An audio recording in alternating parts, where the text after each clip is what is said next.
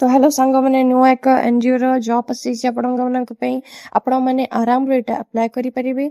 आपण मैंने इथिरे under matric भी थिबे सेठे भी आपण आराम रे अप्लाई करि परिबे। आ आपण ग्रेजुएशन पोस्ट ग्रेजुएशन थिले मध्ये आराम रे अप्लाई करि परिबे। जो मैंने मैट्रिक पढि नंती सेमानक पई भी बहुत भलो सुजोग अछि।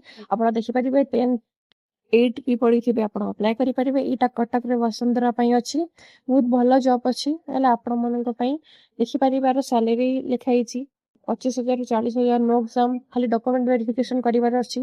आपण मानक भाई पूरा फ्री अछि। आपण माने देखि परिबे खाली आपणकर आधार कार्ड वगैरह रेसिडेंस सर्टिफिकेट रेडी रखिथिबे। तापर देखि परिबे आपण नोटिफिकेशन पीडीएफ लिंक अछि, एटा को क्लिक करिवे। क्लिक कला परे आपनको सामने रे गोटे पीडीएफ लिंक एंती गोटे शो होबा वसुंधरा रे पूरा एटा पढि देबे।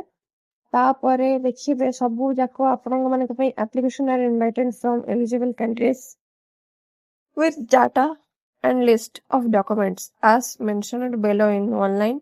For engagement in the following constructual post, the salary appointment process of the staff shall be as per schemes of mission Vatsalya read for GIA guidelines by March 15, 2020 start ହେଇଯାଇଛି। Inform the candidates who will selected engage of the post mentioned below will not be considered as government staff।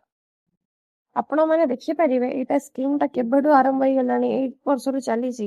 ଆପଣ ମାନଙ୍କ ପାଇଁ ରହିଛି interested candidate may apply saying their application both online and registered speed post general secretary Vasundhara बिडानसी।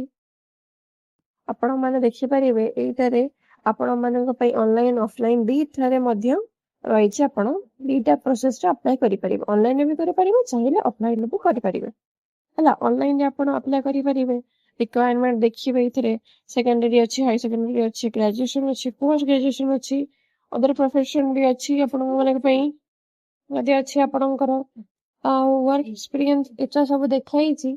आपण माने देखिबे इथिरे लिखाइछि salary गुडा 33,000 7,000 केते आ देखि परिबे आपण मानक पई एमतिया देखा जेबा आपण मानक ठीक अछि। आपण एथिरे फॉर्म कोन करिवे फिलअप कर देबे।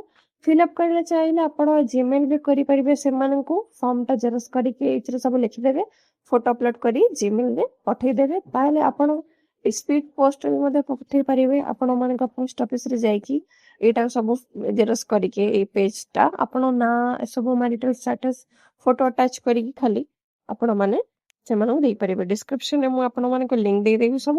आपण मानक जदि लिंक न मिले आगो आपण मानक कोउ जॉब दरकार अलगा भी अलगा सिटी रे भी मु देई परिबी।